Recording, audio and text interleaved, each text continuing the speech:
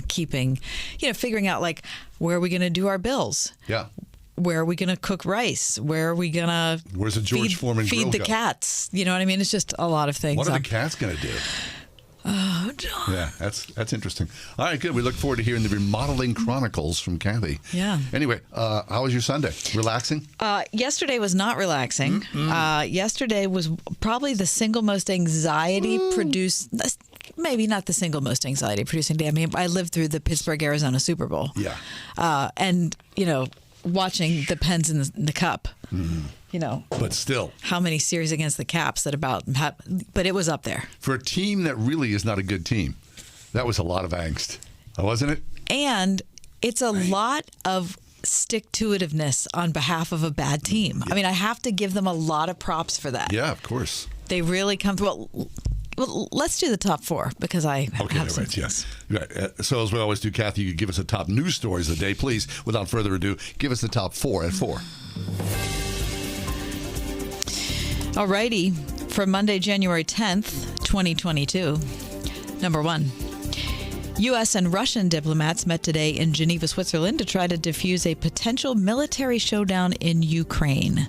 The U.S. and its allies, including Ukraine, are worried that Russia could invade its neighbor again, as it did in 2014 when Vladimir Putin's forces seized the Crimean Peninsula. Reading here today from CBS News, keep in mind the Cold War ended, 30 years ago, 35 years ago. But Ukrainian soldiers fighting with help from the U.S. against separatists backed by Russia and the U.S. government have warned that they feel like Russia is on the brink of an invasion. I mean, they really do. They're amassing, yeah. I mean, this is a part of the world you know. You visited it. You stayed there yourself. I love Ukraine. I know. So Ukraine has been fighting a bloody Russian-backed rebellion, according to CBS News, since 2014. More than 14,000 people have reportedly been killed in those 7 years. Oh, my gosh. And this winter, Russia has massed as many as 100,000 troops along Ukraine's border. Stop it, Russia. Stop it, please. Number 2. There is, as you said, John, a deep freeze settling into the northeastern U.S. In Boston, where the wind chill is expected to stay below zero all day long, public schools will be closed tomorrow. By 4 p.m. on Tuesday, the wind chill will only inch up to -3.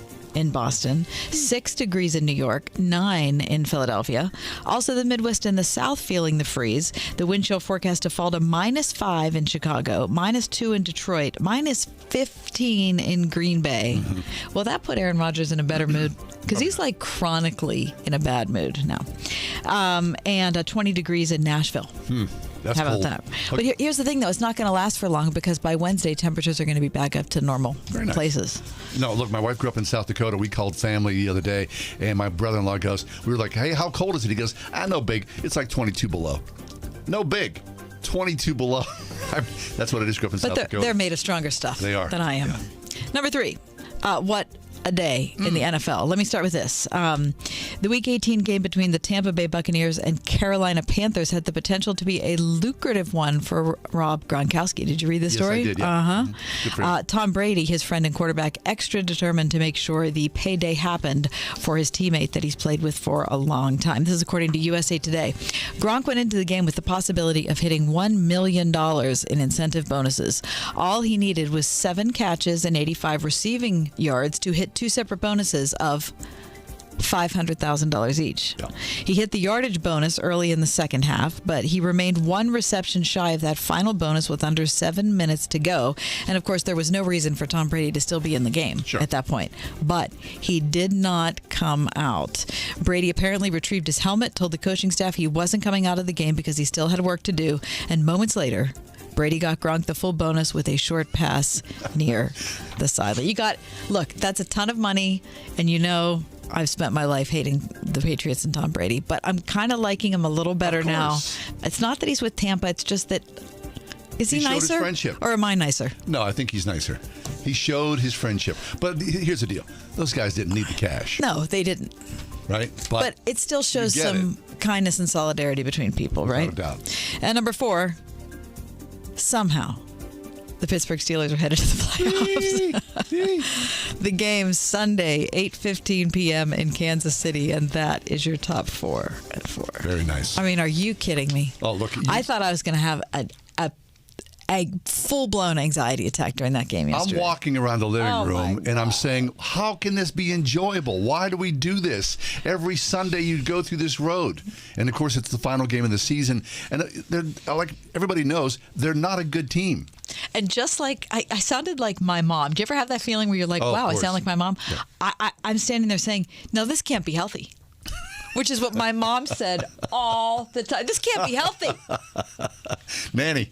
Channeling Nanny. It wasn't healthy. It wasn't healthy. But boy, when Ray McCloud caught... Oh, my gosh. Seriously. I about lifted out of my chair. Oh, my. And, don't you feel glad for him that he was able to redeem himself? Yes, I do. Because that would have been a rough burden to bear in the offseason. All season long. And then, of course, it repeated itself last night. Last night, I went to bed... Mm-hmm.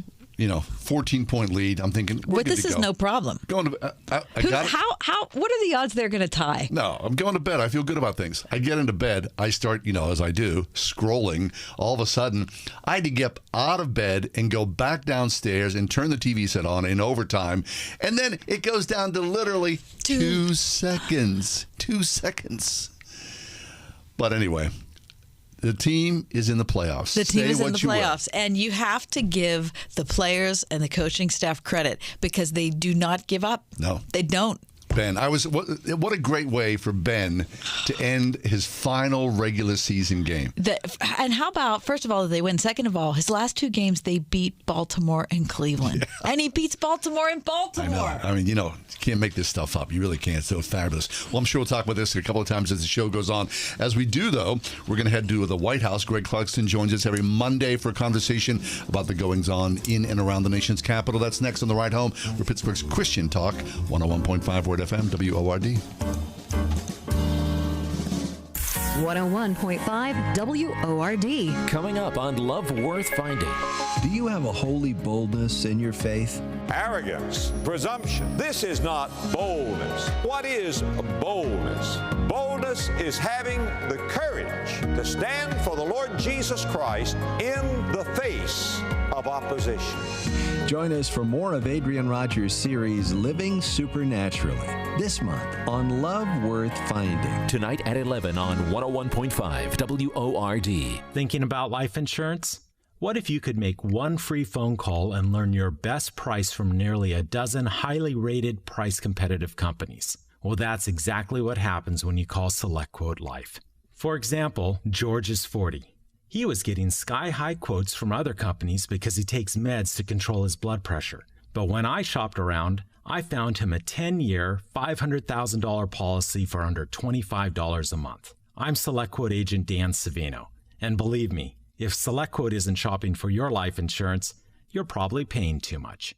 For a free quote, call 800-523-3771. That's 800-523-3771. 800-523-3771. Or go to SelectQuote.com. Since 1985, we shop, you save. Get full details on the example policy at SelectQuote.com/commercials. Or price could vary depending on your health, issuing company, and other factors. Not available in all states. Is something missing in your life? There might just be an empty space that only Jesus Christ can fill. Join us for what God is doing at First Presbyterian Church of Pittsburgh, 320 6th Avenue, downtown. By the way, getting here for Sunday worship at 10:45 isn't so hard. Parking is available at the Mellon Square Garage or the garages on Oliver Avenue behind the church. Come for worship, then stay and get to know downtown. God has blessed us to bless this great city. And now an important message from Exergen. A critical new FDA study proves that non-contact thermometers are not accurate. They also have inaccurate information on their labels regarding accuracy. New COVID strains are on the rise, and non-contact manufacturers are being irresponsible at a time when accuracy matters. Accurate temperature measurements are essential. Switch to Exergen because they are accurate and backed by over 100 clinical studies. Be sure, be accurate with Exergen. Learn more at Exergen.com. McQueen Building Company. It's about our people. cool, but it's what others say about us that we really want you to hear. It was a pleasure working with McQueen. Everything we agreed on in the contract was done and done to my satisfaction. I'll certainly have them for any future projects and have recommended them to friends. Jeff works hard, is committed to success, and willing to go above and beyond in his zeal for the best outcome. I highly recommend Jeff, his work ethic, and his commitment to excellence. McQueen Building Company. See our work for yourself at McQueenBuildingCompany.com. Here we go. The former host of Heading Home, her daily at 5 p.m., and now the SRN News White House correspondent, Greg Clugston, joins us live from the White House. Hey, Greg, how are you? I'm good. I should have told you it was the award-winning Heading Home. Right. Award-winning? We knew that, though. Come on. You. Yeah, what the heck, huh? Hey, Greg, nice to see you today. Thank you. Happy Monday, guys. Thank you, yes. All right, so I hate to start with COVID again, but it seems like we should probably... We should probably talk about the surge going on. I think on Friday, the big surprise for me was hearing how differently the president was talking about it. All of a sudden, this is not something that was horribly mismanaged by his predecessor, and he was going to be able to come in and figure it all out and get it all organized and get the country on track. Now it's well, this is the way it is, and we're all going to have to learn how to live with it. Yeah, it did seem to be a shift, Kathy, and the president was asked after talking about the jobs numbers before leaving the room, was asked a question, can COVID essentially be controlled based on what we've been seeing with this latest Omicron variant and the surge in infections and even seeing hospitalization rates increase and all the rest. And the president said that he believes it can be controlled, but then he also said this is going to be the new normal. And he went on to say that what we're seeing now is not going to necessarily be what we face in the future when it comes to, it may not look the same in the future as it does right now in dealing with COVID. But he essentially said it doesn't seem to be going away anytime soon, which is probably not a news flash. But there was some new language, and there have been some news media reports in recent days as well that some former Biden administration officials have been really urging the president and the White House to essentially change the message and let the American people know that, look, this is not going to go away. We have to learn how to deal with it, at least in its current form, or what the next form will be here for the near term. And so that did seem to be a change in the language used by the president and here at the White House. Right. Okay, so Greg, so the president talking to the press corps earlier today, what's it like as the president addresses, the larger COVID picture, but then, in the micro realm at the White House, how are things there? I mean, is everybody still masked up? There is still social distancing going on? We are masked up. In fact, here in the West Wing briefing room workspace where I am and where the briefing room is just upstairs, we have returned to social distancing for the briefings. Mm-hmm. So only 14 members of the press on a rotating basis are in the briefing room a day. Remember, we did this a number of months ago. Sure. And then we returned to a full briefing room, still wearing masks, but sitting side by side, 49 seats. We're back to 14 reporters. Wow. I was in the radio pooler seat today, representing all of the radio networks who work here at the White House. And we're not only just wearing masks, but we are either to have KN95 or N95 masks as well. So these are changes that we've seen just the last couple of weeks. Wow. Before you came on the air, we were talking about the situation at the Ukraine border, and things seem incredibly tense. Obviously, tension is for good reason because of the amount of Russian troops that are amassed there. Tell us what we know. How's the president responding?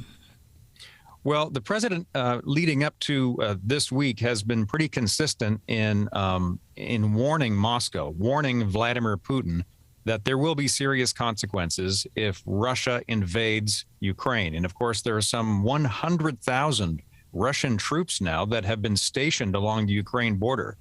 Moscow insists there is no imminent attack planned, but why the forces is what the U.S. and its allies are asking. So what happened in Geneva today is that representatives from the United States and Russia sat down for the first of a series of meetings this week. And there was really no progress reported out of today's meeting. And the State Department, and echoed again here at the White House, said in describing today's meeting in Geneva that the talks were frank and forthright. in diplomatic speak, that means that it was a pretty cold and hard discussion. There wasn't a lot of warmth and there was not a lot of progress. But it's very clear that the U.S. and its allies see that Russian troop buildup as a very dangerous situation, and the United States and its allies are rightfully concerned. I see. So, Greg, can you give us some insight of why? Why would Putin, sort of pull back now or create former Soviet Union control? What's the deal with why he wants Ukraine? Well, he sees NATO as a threat, obviously, to Russia, but also, as you sort of point out there, John, the idea of former Soviet-run states. In terms of, whether you're talking Ukraine or some of the other neighboring countries that are former Soviet republics. And there's always been this tension between the East and the West, and with Moscow essentially saying, NATO is moving in our territory, even though these countries are no longer officially part of now Russia. And so this seems, by a lot of analysts' point of view, that this is really just a power grab attempt to reestablish a larger portion. In fact, one of the demands for pulling his troops back from Putin is to say we want NATO to go back to its alliance configuration from back in like the mid-1990s, essentially redrawing the lines of where NATO can be established in that part of the world. Well, NATO has no intention of going backwards in that sense, and neither does the United States. Greg Clugston with us, SRN News White House correspondent. Greg, let's turn our attention here to the U.S., to the state of Georgia. Boy, a lot of conversation over the last year and a half about voting rights in that state. We remember the fateful day when Rob Manfred decided that we had to move the Major League All-Star game out of Georgia because of that reason. And then, of course, Atlanta went on to win the World Series and really made him look bad. But that's an ancillary point. Talk about the latest goings-on there and the president's involvement. Well, the president is traveling to Georgia tomorrow, and he's going to be giving what the White House is billing as a major speech about election reform. There is this voting rights bill, as the Democrats have put forward in Congress. This has been a number one issue for a lot of allies and activists and advocates of the Biden White House. And Joe Biden himself, as a candidate, and since he's taken office, has said, look, this is going to be a top priority. Well, nothing has happened yet on it, aside from the House, the democratically controlled House earlier last year, voting for it, essentially along party lines. And now we're getting back to the Senate, where we've talked about the makeup of the U.S. Senate. It's a 50-50 breakdown between Republicans and Democrats. And so essentially, in order for the White House to get its legislation through the Senate, you have to have enough votes, and you don't have the 60 votes needed for passage of this voting rights legislation or the election reform bill. And so what a lot of Democrats want to do is they want to change the voting rules for this particular piece of legislation and make it a simple majority 51 instead of 60. But you've got a couple of Democrats. You might have heard of one of them, at least, Joe Manchin. He's in the mix, just as he was on stopping the Build Back Better legislation that the president was trying to get passed through. He's very uncomfortable and has been very hesitant in changing the Senate rules. What's interesting is Joe Biden, throughout his entire career in the Senate, also was not in favor of changing the filibuster rule, which would reduce the number of votes needed to pass legislation. So the White House says that Biden is going to talk about this tomorrow, specifically whether or not to change rules and whether or not he thinks that there should be an exception made in this case, and that he's going to speak very forcefully about the threat to democracy, much like he did last week in the January 6th speech up on Capitol Hill when it comes to voting issues here in this country. I see. So, Greg, as the president then shows up in Atlanta, is this just PR fodder? I mean, does he really think he's going to change hearts and minds to sort of move this forward? Well, that is a huge question, and it's interesting you bring that up, because there are a lot of supporters of this president who are unhappy with the lack of progress on this so far. And some have gone as far to say, don't even come to Georgia tomorrow if you don't have a specific plan to get it passed. And so the White House has not been able to say how how the president would change the math of the U.S. Senate situation right now, because it's a math issue in terms of the number of votes needed. And the president has said that he's willing to express an openness to possibly discussing a change of these rules, but he has not come out and said that he absolutely is in favor of it. Maybe that'll change tomorrow. We'll have to wait and see what he says specifically. Interesting. So with all that's going on, I'm sure the Olympics has kind of fallen off of the radar, but I was just thinking today, I think we're only a couple of weeks away. I know that there's not going to be an official U.S. delegation, but is there any conversation about the Olympics in Washington, D.C. now? I have not heard anything in the last few weeks since that announcement by the U.S. government that there would be no official representation there. But between that and, the Christmas break and now coming back and with the surge and everything, I haven't heard it discussed by hardly anybody, actually. Okay, well, before you leave us, John, I have something very important to discuss with you. After you get off the air, Greg, I know you're... All of a sudden, he's afraid. He's like, where's she taking me now? In our next segment, we're going to be talking about a 106-year-old woman in Philadelphia who credits her longevity to two things. One, faith. Two, Big Macs, which has made me kind of reassess my dietary priority. The Big Mac. And so I'm wondering, Greg, if you want to weigh in on that. Are you a Big Mac fan? Do you feel as if perhaps that's giving you extra power as you age? I can't say. I mean, I certainly have had Big Macs in my life, although it's been a long time since I've had an actual. Okay, like how long? Big Mac. Probably, I'd say numbers of years. Numbers of years. I'm not a fan of the special sauce. I got to tell you. Yeah, really? Yeah. Uh-huh. Is the Big the Mac 2 all-beef patties? Yeah, that's okay. The special sauce, that's where it kind of. Really, I like that. I like the sauce. It's the third. I know a lot. My wife does. A lot of people do. Yeah. Is it the third bun? They have a third bun in there. Yeah, there's a third bun in there. I'm not a fan of the third bun. What, you don't want the extra carbs? Well, Is that what you're afraid of, the carbs? Looking at my figure, I want to make sure I'm okay. I'm a double cheeseburger kind of guy. Are you? There you go. Greg. Okay, but still committed to McDonald's, yes? Mm-hmm.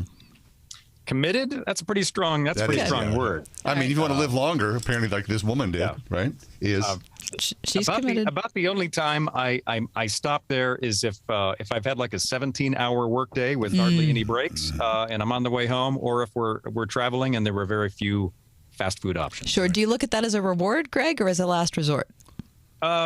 It depends on how hungry I am. Sometimes it is a reward. Sometimes it hits home, right? It feels really good. Yeah, absolutely. Yeah. Wait, just before you leave us, let's go back to heading home. The award-winning Heading Home. Yeah, and I would like to know, can we find that in podcast format somewhere? That was before podcasts were even a thought or an idea. Now, this was back during my college days, and it was the Christian Music Information Hour from 5 to 6, Heading Home with me, and so it was mostly music, but we stopped a few times in between songs to give the stock report and some news headlines, some sports headlines, and some fun news headlines as well. Right, but you're also talking about DC Talk as well, right? Oh, absolutely. Stephen Curtis Chapman, all those Sure. guys. Yeah. But did you have your own White House correspondent that would join you on that program? No. I didn't. But it's a long story, but I did an internship in D.C. during my senior year of college. And so I actually did have somebody from that newsroom come on my show after my semester was over. So in a long situation, I did. That was your first foray. Little did you know. That's exciting. Little did I know. Did you notice I'm wearing a Steeler jersey today, just in case you I saw that and weren't aware of what was happening in the NFL? Yeah, I'm aware, and you guys are in, and that's something to be applauded. Listen to how sweet he is. Thank you, Greg. Always a pleasure. Your life, your hopes, and whatever you were searching for at 1:15 a.m. It's really none of our business, and it shouldn't be anyone else's. Protect your privacy online for free with DuckDuckGo. DuckDuckGo. Privacy simplified. And now an important message from Exergen. A critical new FDA study proves that non-contact thermometers are not accurate. They also have inaccurate information on their labels regarding accuracy. New COVID strains are on the rise, and non-contact manufacturers are being irresponsible at a time when accuracy matters. Accurate temperature measurements are essential. Switch to Exergen because they are accurate and backed by over 100 clinical studies. Be sure, be accurate with Exergen. Learn more at Exergen.com. We all know healthcare costs are through the roof, but having insurance to back you up in uncertain times provides a sense of security to us, right? I'm Kathy Emmons, and about a year ago, I lost my sense of security when I lost my health insurance. It was a sudden thing, a COVID-era adjustment they had to make, my husband's employer said. But all of a sudden, after decades of being covered by the same people, I was on my own. But it turns out, not on my own. You know I've advertised for Todd Marley at Marley Financial for years now. I've loved the sound of what they offer to individuals and small businesses, but all at once I had to depend on them for my own health insurance. And wow, have they come through. From Todd, who took the time to explain all the options, to Carrie, who has walked through literally every bit of paperwork I've had, Marley Financial has been there for me. So if you're looking for a group of people who will be there for you, think Marley Financial. Find them online, marleyfg.com, or at 724-884-1496. Towels just don't seem to dry you anymore. They feel soft and luxurious at the store, but then you get them home and they don't absorb. Well, Mike Lindell at MyPillow found out that about 2006, towels changed forever. They started importing them, and they added softeners and other things to the cotton that made them feel really good, but they didn't work. He found the best towel company right here in the USA. They have proprietary technology to create towels that feel soft but actually work. They're all made with USA cotton, and they come with a MyPillow 60-day money-back guarantee.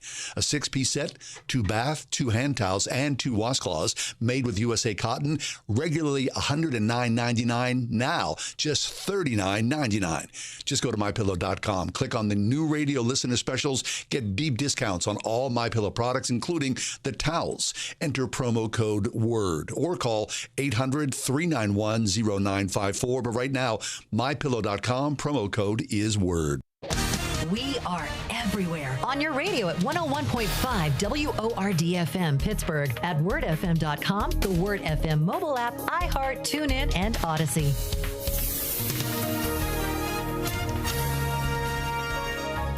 We'll see low clouds for tonight. It will be breezy and cold with a couple of snow showers. Limited outdoor activity is recommended. Expect a low of 12. Tomorrow, clouds will give way to some sunshine. It will be very cold. Wear extra layers if you're spending significant time outdoors. We'll see a high tomorrow of 24. Wednesday, times of clouds and sun and a high of 40. With your AccuWeather forecast, I'm forecaster Drew Shannon. It's not every day that somebody celebrates their 106th birthday, but Dorothy Need, a South Philadelphia native, turned 106 on Friday. She was asked how she was feeling, and she said, "I feel fine." She's a great-grandmother of 9 and the great-great-grandmother of 1. Said she was looking her best on her birthday. They said, "So what do you credit your life to?" She says, God bless you, she says, serving the Lord. Fabulous. Serving the Lord. She also says that when her kids were little, she would take them once in a while to McDonald's. And from there, she got a taste for the Big Mac. And she said, so now when she wants a little pick-me-up and she's feeling a little blue, she gets a Big Mac. And she credits her love of Big Macs and somehow to pushing her along to 106 years of age. Serving the Lord and a Big Mac. First of all, that's such an amazing story. Kudos to her. And second of all, I think it is the special sauce that was decried by Greg Clugston just moments ago. That is gold. No, I don't think so. I love it so much. If I'm doing a McDonald's, I'm doing a Big Mac. I'm sorry, a quarter pounder. Okay. Christy, any interest in McDonald's at all? I can't tell you the last time I had McDonald's. What? Really? Probably 5 to 7 years. Me too. Like what? Like, but don't you think about it still? Oh, yeah. Sometimes. I think about it. Okay, would you rather have McDonald's or Burger King? Burger King. I think I'd choose Burger King. I love a Whopper. Yeah, I like a Whopper too. I think a Whopper is very, very good. Whopper or Five Guys? That's a major price difference. It is a major price difference. All right. Whopper, okay, what if price wasn't an option? Then Five Guys. Yeah. Those are good fries. They are, but I really do enjoy a Whopper. You know what I had over the weekend was a Rachel. I love a Rachel. Yeah, where did you have that? At Dad's. I don't know what Dad's is. Dad's is like a little, there's 2 locations, one in Edgewood and one in Monroeville. Okay. It's kind of like a sit down, have a sandwich kind of place. It's a good place. So Rachel's a turkey and coleslaw. Yep. They also have Reubens, which I also love. Corned beef and sauerkraut. Fabulous. I don't like that. Oh, I love a Reuben, too. Mm-hmm. But a Rachel, I'm a huge fan of. Yeah. I mean, you know how I feel about coleslaw. Yeah. Well, I do think that this 106-year-old woman's name is, Her tell name me is again? Dorothy Need. Dorothy. Well, Dorothy. Serving the Lord in a Big Mac. I'd take her out, find out about her walk with Jesus, and have some special sauce. 106. How well do you think you're walking at 106? What do you think that's like? I think it was probably pretty hard. Slow. But who knows? She might be doing that workout that I do. She says, might I feel be, fine. Knocking it back. You don't know. I feel fine, she says. Well, who is be working out at 106? What are you working out for? I don't know. Like you want to fit in your pants at 106? No, you want to be healthy. Seriously. Maybe. 100. You're healthy. You're alive. I'd say 106. You're alive. That's healthy. You're right. It's kind of a low bar. Right. Maybe she wants to aim higher. To what? 206? What? 2 Big Macs? I'm just saying that I think it's a possibility. How about poor Bob Saget? I can't believe that. It's a little segue there from Big Macs. Isn't that sad? You know what? I have no connection to Bob Saget. Me neither. I never saw the show. Funny Stone Videos? Not a single time. Funny Stone Videos? My kids used to love that show. I think I've seen some clips from that, but I never saw Full House. The original, neither have I. Yeah. Did you watch Full House? Grew up on Full House. Did you? Yeah. Did you feel bad when you heard the news? I mean, sort of. Oh, just wait. Well, she's all heart today, isn't she?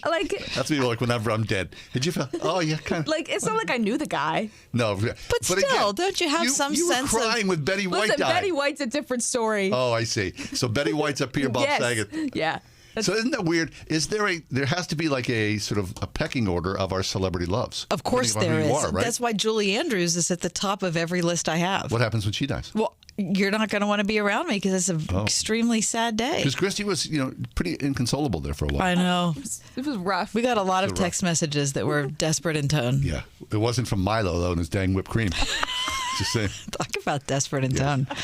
All right, coming up next, Reverend Jay Slocum back with us after a long hiatus. I couldn't think of what the H word was. Anyway, how your favorite sweater in the American flag can make you a better neighbor. That's next. Right home.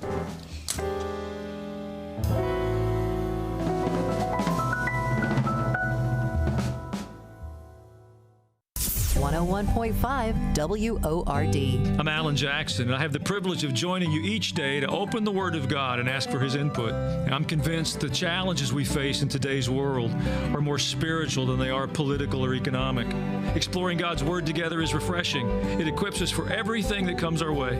Join me, and let's see what God has in store for us today. A fresh look at Scripture, weekday mornings at 9:30. Alan Jackson Ministries on 101.5 WORD. So I invested in one of those fancy new exercise bikes. Without a doubt, a very special tool to help me get healthier. The problem is 3 days go by, then 4, and I've done nothing. And then it's night 5, and I'm sitting at the kitchen table, and I look down at myself, and I can't help but just laugh. Because there I am, wearing the exercise t-shirt that came with the bike, and I'm eating 2 corn dogs. And I think we'd all agree, the special tool only matters if we use it to our benefit. At United Faith Mortgage, we believe we have an advantageous tool for you. Our mortgage team is an arm of a bigger company who is a direct lender, which means our company gets to use its own money and make its own decisions. There's no middleman, and often this allows us to get you a better rate on your refinance or new home purchase, which can save you monthly and lifelong money. We are United Faith Mortgage. United Faith Mortgage is a DBA of United Mortgage Corp. 25 Meadow Park Road, Melville, New York. Licensed mortgage banker. For all licensing information, go to nmlsconsumeraccess.org. Corporate NMLS number 1330. Equal housing lender. License in Alaska, Hawaii, Georgia, Massachusetts, North Dakota, South Dakota, or Utah.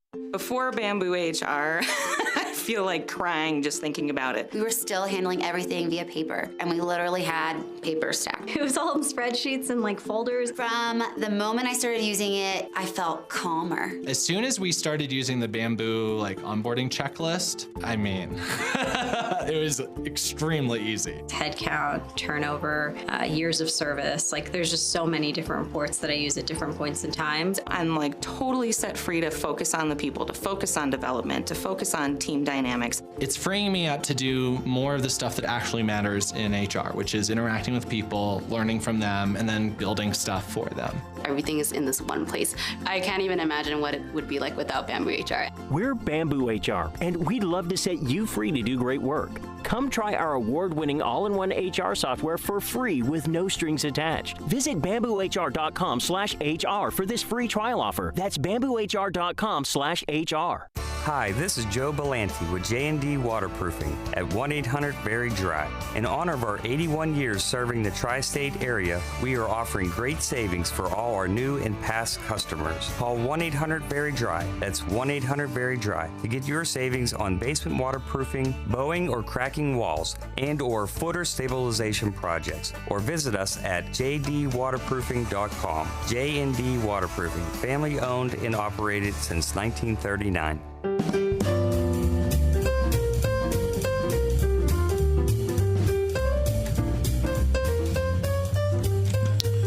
Have you been to churches where the American flag is prominently displayed? Mm-hmm. There's been a sort of a pushback from that recently. Yeah. Right?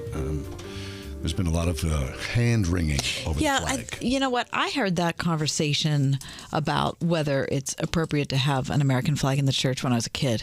Really? So it's not, It's been around a while. So yeah, it's not like that's a new conversation, though it, like everything else, has achieved a new level of fervor. Yeah, right. Well, Reverend Jay Slocum is back with us. Jay's been a guest on our show over the years. And Jay, welcome back to the show. How you doing? Doing great. Thanks for having me on, John and Kathy. Always good to talk to you, Jay. It's been a long time, so we're really happy to have you back. Without going into the actual conversation that people are having about the American flag in the church, when you think about the issue, how do you think it should be talked about? And maybe I'm not being specific enough, should we be talking about the actual issue of Christian nationalism, or is it more what is acceptable or suitable in the sanctuary?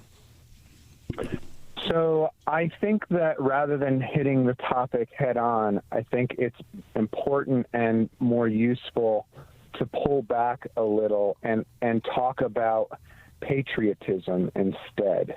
Because Christian nationalism has lots of shards on it, and it can easily become vile and malignant. So I approached this problem on July 4th. I have a July 3rd birthday, and so it's one of the very few times I'm ever on Facebook, because people wish you a happy birthday. Yeah. And so I said, oh, there's so-and-so, and there's so-and-so, and I clicked on their thingy and and one of my dear friends, was in a big argument with somebody else about the flag and said that, patriotism equals fascism. And so I just kind of really drew back, and there was a picture of a flag burning on her Facebook page, and she was getting all kinds of blasts from friends and family. So I asked my adult children, because they're way more connected to what's going on than I was, and then they started talking about the problems in the church with flags being rejected, and anyway, it got me into it. So I started thinking about the issue, and then I started thinking about how to think about it. And as a pastor, how might we approach this? And I remembered reading C.S. Lewis's little book called The Four Loves. And in chapter 2 of that book, he has a whole section on patriotism. And remember, C.S. Lewis is a World War.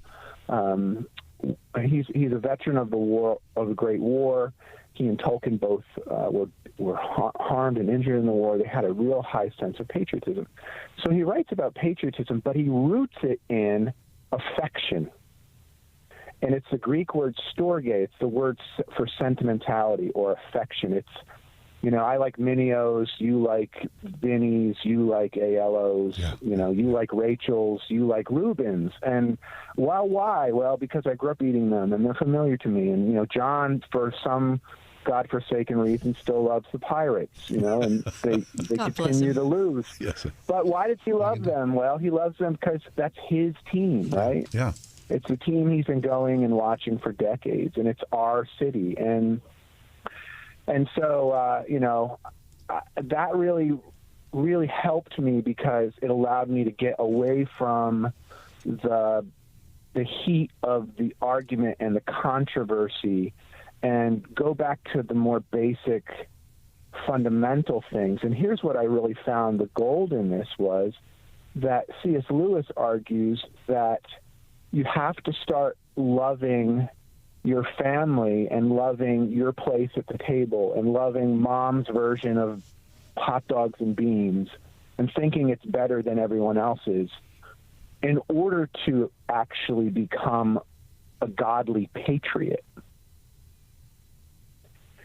Similar to a little boy who plays with Legos is preparing himself to be an engineer, or a little girl who has her dolls when she's 3 and 4 is preparing herself to become a mother who can nurture. Lewis was arguing that if we don't have affections for familiar things and we don't hold them up as being wonderful and better than others, we probably won't be able to defend our country in times of war. Or be patriotic in a godly way. So remember, the word patriot comes from the same root word as patriarchs, Abraham, Isaac, Jacob, and Joseph. It's rooted in the word, the way of the fathers. So there's the familiarity of the way in which our fathers did it.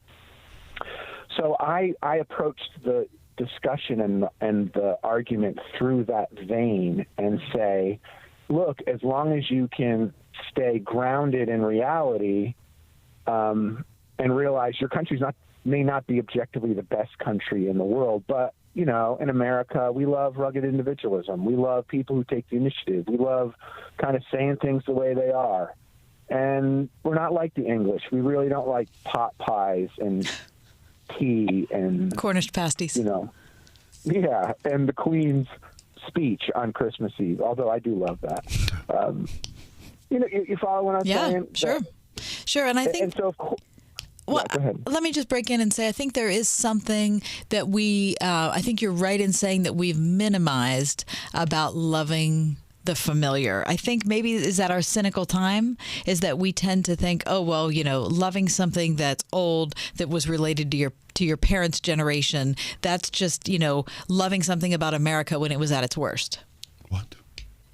Yeah, I think that is very cynical and very dangerous, right? I mean, who would say that about their Christmas tradition or, you know, their Christmas Eve tradition? Or, you know, my family just found out that we're not going to be able to stay in the same home for our summer vacation in Cape that we've been staying in for 10 years. And I said, well, why don't we just go to Rhode Island or some other place in Massachusetts or Maine?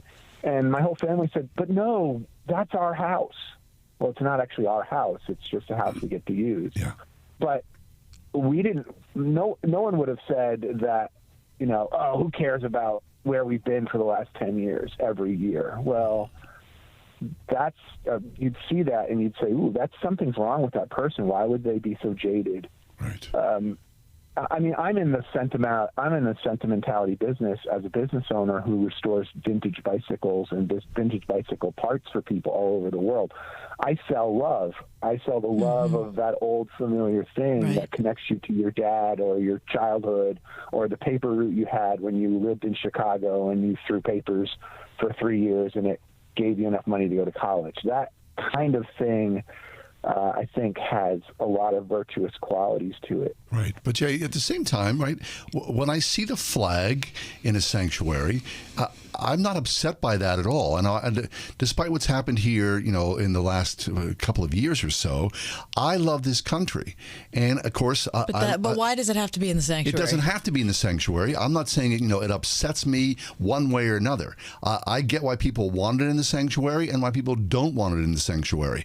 But I love this country, and so I'm not going to diminish my love of country, sentimentality or not. I still believe America is the greatest country to me. And so I want to uphold that. At the same time, Christ comes before all that, so that's why I have no problem with the flag not being in the sanctuary. Yeah. So that makes the civil discourse really healthy, John. When we root it in our love of the familiar and our love of the things that we grew up with and that we are fond of, I think we have a better chance of coming out the other end with at least a reasonable understanding of why people want something. So I did a lot of research on this, and I found that in towns where there are military bases, in there are towns where there are large immigrant populations, we see a lot of flags of the country that the person immigrated to or the country the person's serving in the sanctuary. And usually it's pastorally insensitive to not have it there. And then what I've also found is in highly multicultural kind of crossroads of the world places around the world, people have more of a hesitancy of flying the country flag. In countries where Christianity has been pushed down and where there's been a lot of persecution of Christianity, Christians also tend not to want to fly the country's flag. So that gives it context. Mm-hmm. So I think in a city like Pittsburgh, where you have multiple nations and backgrounds of Polish people and Ukrainian people and Slovakian people and a church on every corner from every single corner of the world. When you go in those sanctuaries and you see the flags, you'll often see an American flag and then an Italian flag, or you'll see a Slovakian flag, or you see an Irish flag. And I think that then you want to really, rather than tear all that down, you want to look at the context and say, where did it come from and why did they make the decision for it to be there? But I think some of the things I've noticed are pastors who are kind of younger, they're not rooting things in a discussion around the beauty and virtue of patriotism or affection for the familiar. They're just afraid and they don't want to be in a controversy, so they just take it out and they don't even address the issue. And so you think you think that's a mistake because you're not giving people the chance to enter into this larger conversation. Yeah, because everything has a context, and as pastors, there are these sacred vessels. Margaret, who's the oldest person in the congregation, her great grandfather was the person who bought the chalice for the communion set, and to take that out. Margaret would never show up in church again. You can't just take that out. But a new pastor would come in and say, well, why do you have to have this old chalice? Well, why are you being insensitive about the history of a church and the artifacts within it that tied the generations together? So, I'm a church planter and I'm a pastor that loves contemporary worship, and I'm a person who embraces change, and I'm an entrepreneur. So I'm not this kind of dotty old guy who doesn't like change, but I have learned over 30 years of ministry that there really is a beauty and a purpose to things that we have affection for because they're familiar. Right. Even if they're not the greatest in the world, I'm often surprised, Jay, by people, especially, a younger generation who would denigrate the United States. We were just talking, with a White House correspondent about Russia and Ukraine.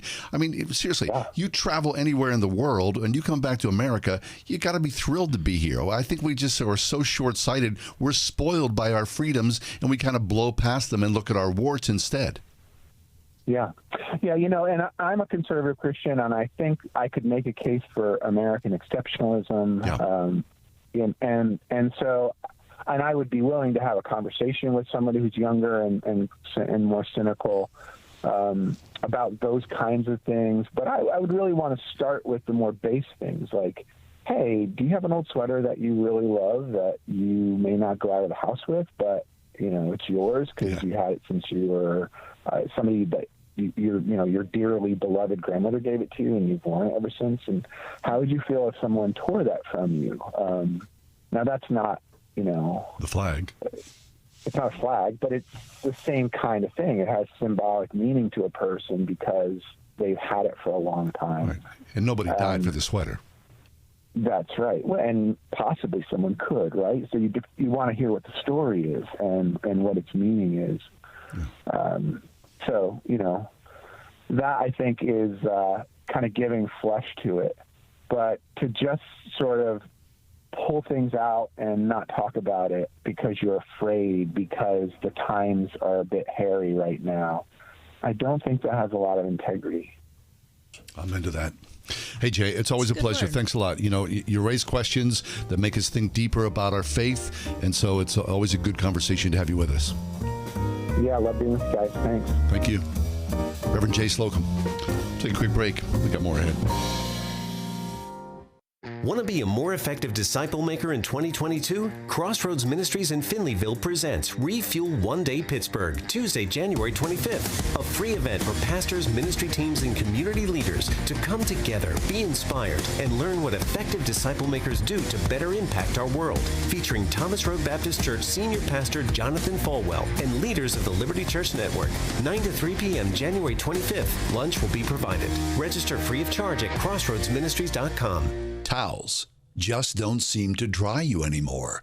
They feel soft and luxurious at the store, but then you get them home and they don't absorb.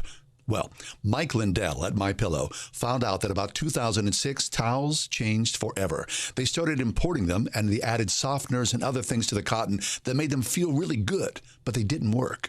He found the best towel company right here in the USA. They have proprietary technology to create towels that feel soft but actually work. They're all made with USA cotton, and they come with a MyPillow 60-day money-back guarantee. A 6-piece set, 2 bath, 2 hand towels, and 2 washcloths made with USA cotton, regularly $109.99, now just $39.99. Just go to MyPillow.com, click on the new radio listener specials, get deep discounts on all MyPillow products, including the towels.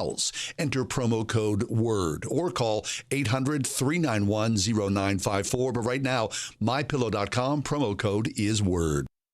Wake up and text. Text and eat. Text and meet up with a friend you haven't seen in forever. Hi. Oh, hey. Text and complain that they're on their phone the whole time. Text and listen to them complain that you're on your phone the whole time. Text and whatever.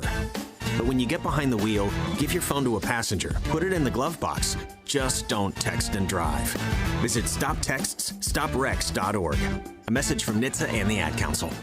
The best recommendations on goods and services come from friends and family, people that you trust, right? Well, here's my recommendation. If you're buying and you need a mortgage, use United Faith Mortgage. Refinance? United Faith Mortgage. Cash out refinance? United Faith Mortgage.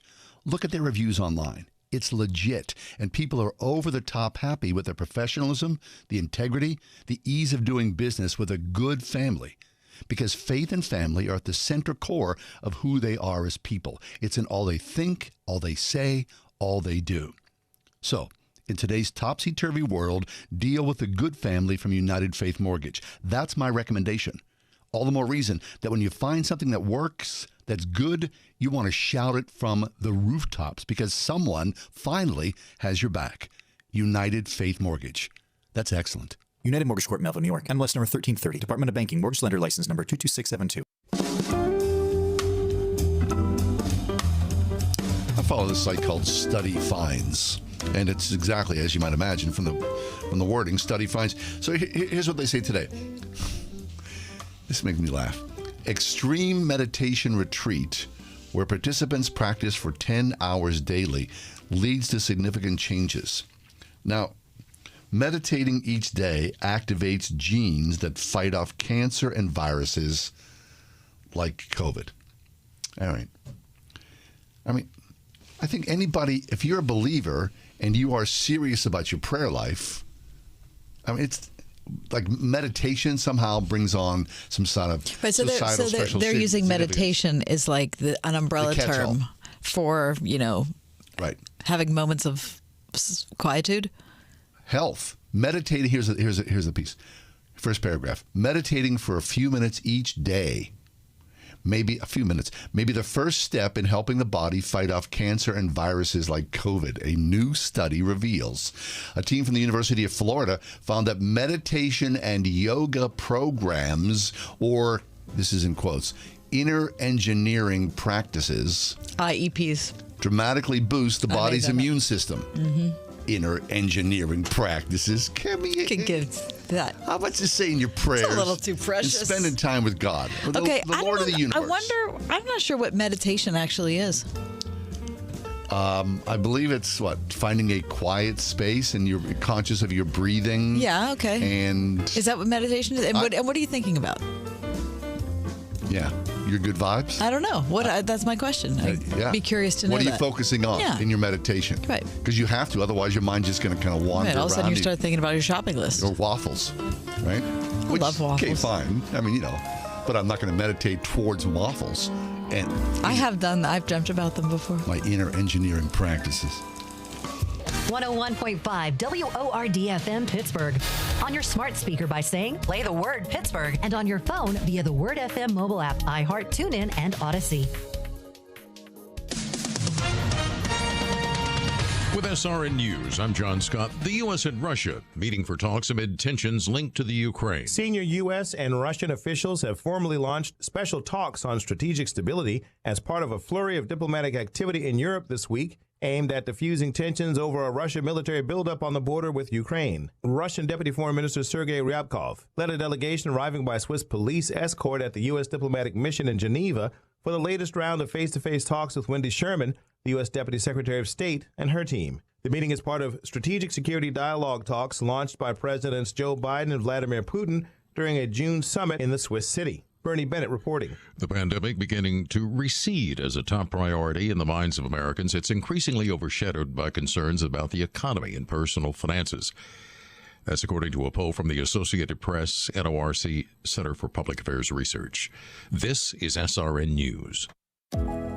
Live right now, the free Married in 12 Months or Less 5-day challenge at lovestories.com, featuring creator, author, and matchmaker Jackie Dorman. Jackie's teachings have helped thousands of women just like you get out of the waiting room and step into the love story that God has written for them. Are you wondering if this year you'll still be asking why it seems so easy for other people to find love but so hard for me? If you're feeling the pain of being alone and are tired of everyone around you finding their soulmates and leaving you behind, then get ready to remove the barriers to finding the marriage of your dreams and start believing it's possible for you. Hi, I'm Jackie Dorman. Join me in my Married in 12 Months challenge, where I'll teach you why now is your time to find love, what are the lies that are holding you back, and the tools you need to become a bride. Register at lovestories.com. That's lovestories.com. Pick up Jackie's book, Married in 12 Months or Less, wherever books are sold.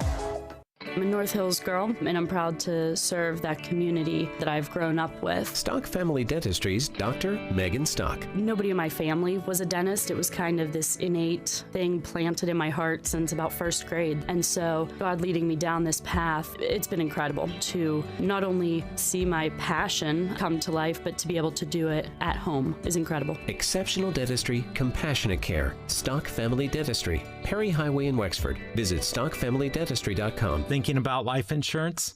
What if you could make one free phone call and learn your best price from nearly a dozen highly rated, price competitive companies? Well, that's exactly what happens when you call SelectQuote Life. For example, George is 40. He was getting sky-high quotes from other companies because he takes meds to control his blood pressure. But when I shopped around, I found him a 10-year, $500,000 policy for under $25 a month. I'm SelectQuote agent Dan Savino.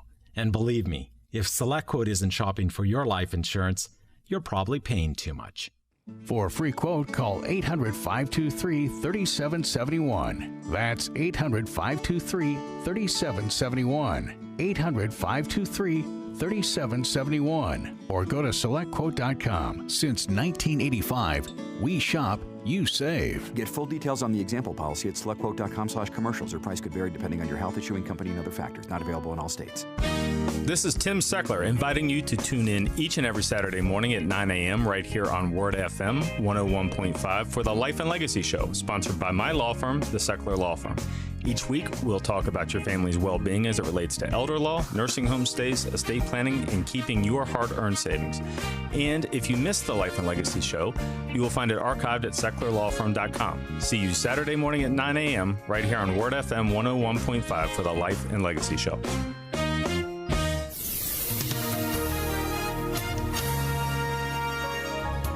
We'll see low clouds for tonight. It will be breezy and cold with a couple of snow showers. Limited outdoor activity is recommended. Expect a low of 12. Tomorrow, clouds will give way to some sunshine. It will be very cold. Wear extra layers if you're spending significant time outdoors. We'll see a high tomorrow of 24.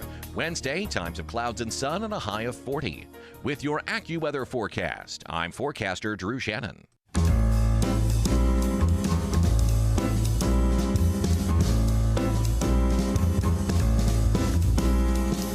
Welcome to another edition of The Ride Home with John and Kathy, live from the Salem-Pittsburgh studios. And now here are your hosts, John Hall and Kathy Emmons. Again, I have to say this. It's 4 minutes past 5, and there's still a semblance of light in the sky. We are leaning into the light. It's almost spring. Almost, right? I mean, just because there's going to be record cold and they had to, close all the schools in Boston because of it. It's okay. No, I think, seriously. You know what? Easter's right around the corner. Seed catalogs arrived the other day. Did they? I haven't planted a seed in about 15 years, and I still am on the mailing list, which I appreciate because it's like a harbinger. When you were away on Friday, Doug Oster joined us on the air. Right. And I confessed that I have never planted a bulb. Anything. Oh. And do you know how he responded? He mocked you? No, there was 3 seconds of about dead silence where he was trying to come to grips with it. And then his better angels kicked in and he went into his whole thing about, no, Kathy, it's okay. I just want you to be happy and I'll show you how. And he is a treat. Oh, he's fabulous, Doug Oster. He is an absolute treat. Anyway, so speaking of treat, if you love football, yesterday could have been the greatest day of your life. Or the worst. It was so tense. Now, let me also say this, just to throw in a little bit of a personal anecdote, that there's a renovation that's going to be happening at my house. And so we've moved our living area to the second and third floor so that they can tear the first floor apart. Yeah. Which means that I had to disconnect my TV from my cable box. Because I don't, there's only one place where the cable comes. You did it until the game is over to do it? Well, I did it. We did it Saturday late. And so Sunday, I had talked to my provider about this ahead of time. How am I going to watch cable? I'm paying for it. How am I going to continue to watch it? Yeah. It's no problem. You can just watch it online in the app. Yeah. No, it's not. That doesn't work. No. So the game is starting. Oh, and you turned your app on? And nothing. No. Nothing. Blackout. Yeah. So I have to call my company. I'm not going to talk about which one it is. An hour and 14 minutes later, they answer the phone. I was on hold for an hour and 14 minutes. So now I've got the radio on so that I can hear what's going on. Sure. My anxiety level amping up the whole time. It's a very tense game. You're dying in here. Sorry. Okay. This happens sometimes. That was before the tension of the fourth quarter kicked in. Mm-hmm. Mm-hmm.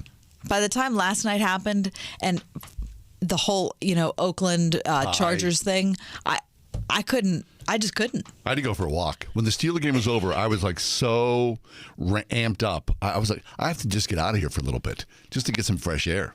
I mean, what the heck? Christy, did you stay up and watch the game last night? No, you didn't care. No, Why? I saw that. I got to get my beauty rest. She doesn't show up looking this great by accident. Right. I've given up on that for myself. So I can stay up till 5 a.m. Mm-hmm. So you went to bed early. You didn't care. I did. And when I woke up this morning from the text from John, and I was like, I don't know what we're even talking about. My text was, what the heck? Right. Exclamation point. I mean, it was, I couldn't believe we were going through this. It was outrageous. And nobody responded. I was like, oh, they're clearly. Because here's the thing. I was in my bed telling myself I should be sleeping, but instead I'm watching it with one eye. Thinking, and part of me is hating myself for not watching it on the TV. I went downstairs. And the other part of me is hating myself for being this invested in another game that's making me psychologically unwell. It was like part of Steeler history. It was absolutely amazing. Okay, so Friday, when you were away, John, you were kind enough to still send in your picks for the weekend. Oh, yeah. Okay, so Christy and I made our picks live on the air. I believe I related your picks accurately. Yeah, and we go Steeler Nation, right? These guys are going to win this game. Well, we all picked the Steelers as victors. Oh, good. But Christy and I did publicly mock you. I can't believe I have to say this. This is really difficult to have to talk about. What? This is very difficult to talk about. We publicly mocked you for picking the Jacksonville Jaguars to beat the Indianapolis Colts. Yeah, because people were saying, all the so-called experts, 9% chance that this is ever going to happen. I really dislike it. Right? This is such a... But look, if I was all in. Humiliation. I was all in for the Steelers. Yes, I know. So you said that the Jags would win 17-10. I said that they would lose 28-7. Christy said they would lose 31-14. Oh, you have little faith. So I will tell you that Christy got 0 points out of that. I got 0 points out of it. And John gets a point. I should get 5 points. Okay, I'm giving you... You should. I'm giving you 2 points because it was so preposterous. I think you should give me 2. Picking that game No, you're right about was so that. preposterous, I feel like I have to give you an extra point. Because I'm a diehard, right? Or a Maybe homer. you don't agree, Christy. Christy thinks no, that brings him too close to my score. No, you should give me 2 points. No. All right. We all picked the Steelers. The actual score on Sunday, of course, 16-13. I got 2 points out of it because I was closest. You get 2 points. I was closest. What's a 2 point? Listen, she's really far back. She needs all the points she can get. Okay, all right. Listen, I don't think I need to be publicly mocked by you just because we did that to John on Friday. Anyway, and then the Pens and the Stars played on Saturday, and you both thought that the Pens would win, and I had a feeling that their comeuppance was due, and it was. And so I got points out of that too. What? Wait a second. Yeah. You're the point. Like, look, she's giving I'm the sorry. points. You've been mocking me for weeks now, and I'm eager to share where we are right now. We need like a neutral party here. Maybe we should look at this to management. Hey, any minute you guys want to keep track of this crazy I think thing. so. I Okay, can give you 5 take it off points. my hands. I'd be fine with it. Here we are. Overall, as of this Steelers. weekend, tied. No. Hey. Tied. Dig it. Thank you. At 19.5. Thank you. John and Christy. Thank you. Tied. That's where that extra point. Believe it. That extra points Listen, came in handy. I counted it 3 times. I was like, could this be right? And I have gotten up to 18. Oh, okay. I'm getting pretty close. I had a very good weekend picking. You're throwing yourself extra points all the time. No, that's absolutely not true. If I would have been throwing myself extra points, I would have been doing a lot better than I'm doing. You give yourself an extra point just because you're keeping score of things. No. But I did get 2 extra points because I was closest in the Pens and closest in the Ravens. Does this end at some point? After next week. After next week? But the rest of the NFL season goes on. Yeah, but Of course, and here we are assuming the Steelers are going to lose. Well, next week we can learn our lesson. I mean, seriously. Are you going to pick? The chances of Jacksonville beating Indianapolis Don't say never. Say never. Ridiculous. So the fact that that happened, do you know before the Steelers started playing yesterday, their chances of making the playoffs, what do you think the percentage was? Before the game. 10%? Christy? 10%. 8. 8? Yeah. Okay. Well, look, everything conspired to go with them. So anything can happen this weekend. Yeah. Sunday at 8:15, Steelers at Chiefs. Yeah, that's a rough one, though. You know it is. It's Patrick Mahomes. Well, we've already seen what happened. Yeah, I mean, we did. We played him like 3 weeks ago, and I don't think it went well. Our friend Tom Lewis he's a Kansas City Chiefs fan. We heard from him yesterday. He's going to be in here next week, I believe. That's going to be unbearable. Yeah, that's okay. I mean, yesterday, essentially, the Steelers won their playoff game by getting in the playoff game. That's what I think. It was great. I mean, it was great. It really, really was truly great. I mean, to see Ben exit like that, another winning drive, that was fabulous. And I did think to myself, I thought, you know what? I need to take a moment and just appreciate what Ben looks like when he's starting the drive at the end of the game. I mean, he gets crushed in there, man. He's at his absolute best. He surely is, right? I mean, everybody else is in turmoil, and Ben's like, chill. What did Tomlin say? Everybody else gets a little funny. Oh, he does. Yeah, because everybody does. Well, who wouldn't get funny? Heck, I'm sitting at home, and I'm like getting funny, running around the living room. He says Ben stays the same. Very good. Okay, we'll take a quick break. When we do come back, what is on our docket? Oh, parents, kids How parents can help their kids have a deeper sense of belonging. It's crucial. How would you create that in your kid? Well, we'll find out next. 101.5 WORD. Turning Point with David Jeremiah. If I could try to explain to you what it means to abide in Christ, if I could say, here is the secret to your spiritual life in one word, I could not come up with a word that would be more central to the Christian experience than the word obedience. Join Dr. David Jeremiah for his series, 10 Steps to Spiritual Renewal. Next time on Turning Point. This evening at 7:30 on 101.5 WORD. More than 1 in 3 people will face cancer in their lifetime. Unfortunately, fear can stop you from getting your cancer screening, but it won't stop cancer. Early detection can save your life. Don't wait for symptoms to appear to act. Cancer screening is safe, effective, and accessible for everyone, including free or low-cost screening programs. Go to cancerscreeninfo.com right now for free screening resources and recommendations from the American Cancer Society. Don't wait. Early detection can save your life. Go to cancerscreeninfo.com today. cancerscreeninfo.com. Towels just don't seem to dry you anymore. They feel soft and luxurious at the store, but then you get them home and they don't absorb. Well, Mike Lindell at MyPillow found out that about 2006, towels changed forever. They started importing them, and they added softeners and other things to the cotton that made them feel really good, but they didn't work. He found the best towel company right here in the USA. They have proprietary technology to create towels that feel soft but actually work. They're all made with USA cotton, and they come with a MyPillow 60-day money-back guarantee. A 6-piece set, 2 bath, 2 hand towels, and 2 washcloths made with USA cotton, regularly $109.99, now just $39.99. Just go to MyPillow.com, click on the new radio listener specials, get deep discounts on all MyPillow products, including the towels. Enter promo code WORD or call 800-391-0954. But right now, MyPillow.com, promo code is WORD. Do your pets have the same energy they used to? Do they have problems with itching, scratching, a dull coat, or goopy ears? Then your pets need Dinovite. DINOVITE.com. For over 20 years, pet owners have trusted Dinovite to supplement their pet's diet. We started Dinovite, and in our first box, we noticed a difference. Dinovite is an all-natural daily supplement made from whole foods that help support your pet's immune system, digestion, skin, and coat. Within 3 weeks, he's not scratching and itching, and he's an all-around happier dog. Today's commercial pet foods are processed at high temperatures, which bakes out all the essential goodness. These processed foods can lack the essential vitamins, enzymes, and probiotics that contribute to overall good health. Adding a scoop of Dinovite to your pet's food bowl is the answer. If you love your pets as much as I do, you'll want to do what's best for them to live long, healthy, happy lives. I have 2 cats and 2 dogs. All 4 of them are on the Dinovite. You won't believe how happy your dog will be. DINOVITE.com.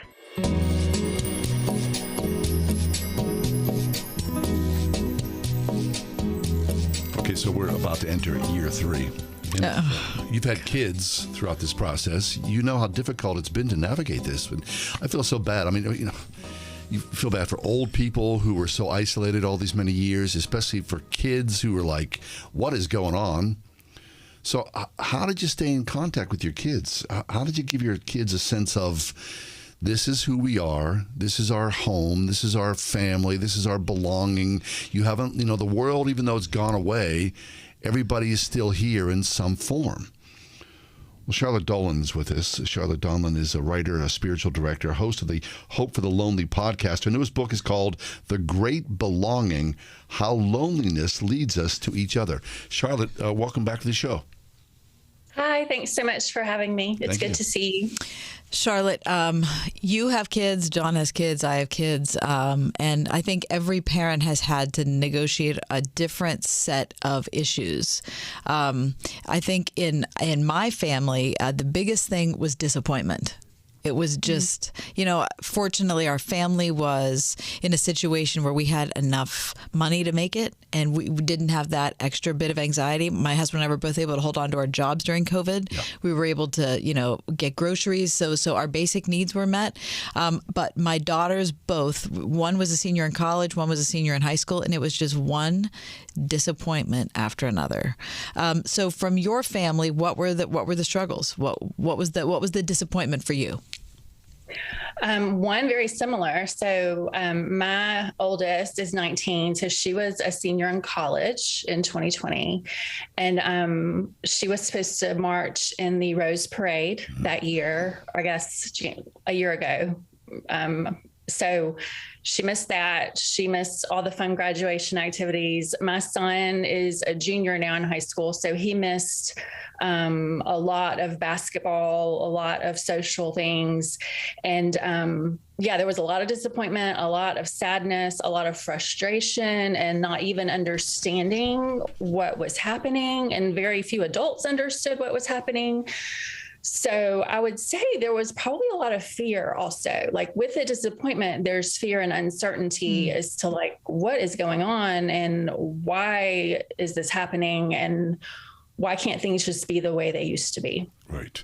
So here we are. As I said, Charlotte, we're entering into our third year of this.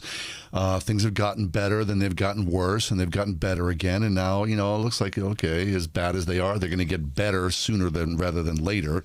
So how did you navigate with this? I mean, what advice did you give yourself to teach your kids how to deal with all this? And especially, as the family, we're fortunate. Like we said, our families are together, so we navigated this together. But of course, the kids were feeling like their worlds were blown up. Yeah. So for me personally, engaging with art has always formed me and healed me.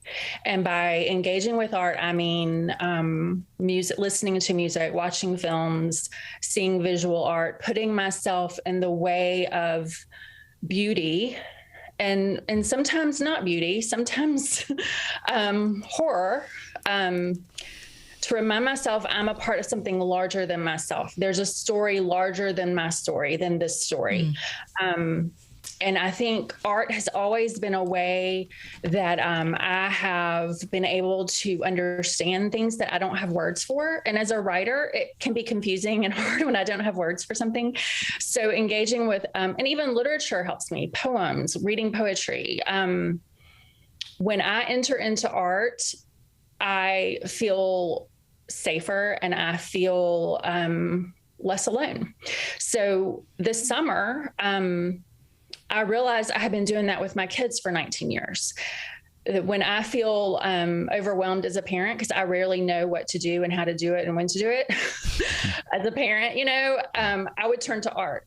I'm like, well, let's go look at some paintings or let's listen to some music and try to have conversations around art that help me connect with my kids, help me offer my kids something larger than the story they're telling themselves in that moment. It starts with books. We read to our kids when they're very young, and we're all supposed to do that. And I think a lot of parents do that. They read to their kids. Well, I tried to keep reading to my kids, even as they got older. I read essays and poems, and I'm reading a book now with my son. And I mean, of course, it's not every day because he has school and basketball and all kinds of things. So it's not perfect and it's not in ways I would prefer. But when I help my kids enter into art and when we enter into art together, it does create some stability and connection in ways that are hard to find elsewhere, I think. That's good. The Ride Home streaming live on YouTube, so you can find us there and watch the show at The Word Pittsburgh. We have Charlotte Donlin via Zoom right here with us on the show. Charlotte is a writer, a spiritual director, host of the Hope for the Lonely podcast. And I want to highlight her newest book, which is called The Great Belonging, How Loneliness Leads Us to Each Other.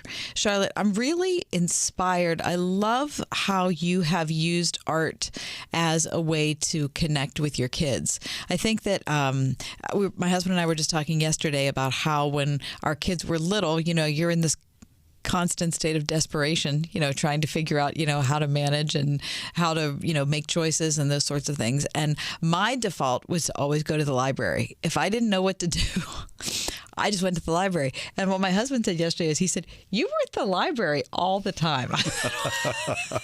Well, that's because I didn't know what I was doing. But you've done the same thing, right? Except you've turned to art when you don't know what you're doing. And so why do we do that? It wasn't like I think going to the library made me feel better. Is art the same way for you? Yeah. I mean, going to the library, even just listening to a Bob Dylan album or, anything that was outside of myself made me feel like someone was helping me, that this art, this thing bigger than myself, this story that's being told, whether by an author or a painter or a filmmaker or a photographer. And I'm talking all kinds of art, low art, high art, all of the in-between art. I don't need to only expose my kids to Bach and Vivaldi, although those are great. And I do help them listen to classical music. But I think if I if I tell most parents, I think you need to help your kids engage with art to help them feel less alone and to help them flourish and to mitigate any mental health crises that might come up. I think a lot of parents will be like, oh no, what do I do? I'm not an art expert. I think parents would feel nervous and scared. And I think my main message that I would love for parents to hear is just try it. Like, just, go to the museum for 20 minutes.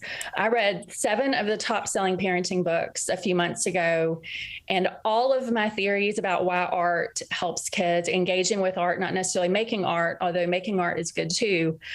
All of my theories are in line with these top selling books, but 2 of the books, so none of them mention engaging with art, and 2 of them actually were like, we know you have visions of taking your kids to the museum and that's what you think a good parent is. And, it's okay because it's going to be a disaster and you don't have to do that. And there are other ways to be a good parent. I'm like, wait, you can take your kids to the museum, but it doesn't have to be a whole day ordeal where they have to act perfectly. And, you look at 1 million works of art, like no one has the capacity for that, So I've taken my son, who's 17 years old, to our local art museum twice in the past few months. And my godson, who's 5, I took him, we didn't stay longer than 30 minutes with any of those trips. It's like, you just kind of feel like it's just a little visit, we're just going to go and look at some art. And then I'm going to ask you some questions. What did you like? What did you not like? When I asked my son what he liked the most after one trip, I was fascinated by his response because it had to do with the technique and the intricacies of the painting technique, like not the image. And I was like, oh, so you're paying attention to those tiny, tiny details and wondering how the artist did that. You're not necessarily looking at this larger picture. So that helps me know him in a way I didn't know him before. And now, like, I go to the museum and see that painting and it connects me to my son, and it connects me to this summer when we were dealing with some difficult things that you deal with teenage boys. And it creates this sort of web of connection and belonging or it's added to that web. I think many things can help create that web, but art is one thing that adds to the web. That's interesting. We're talking about the pandemic and loneliness and giving your kids a place to be that's safe and secure. In the midst of this, Charlotte, I got 2 boys, and they're in their early 20s. And my youngest said to me at one point, Dad, when I was a little kid, I was always worried that you were going to die. But now that I'm older, it's okay if you died.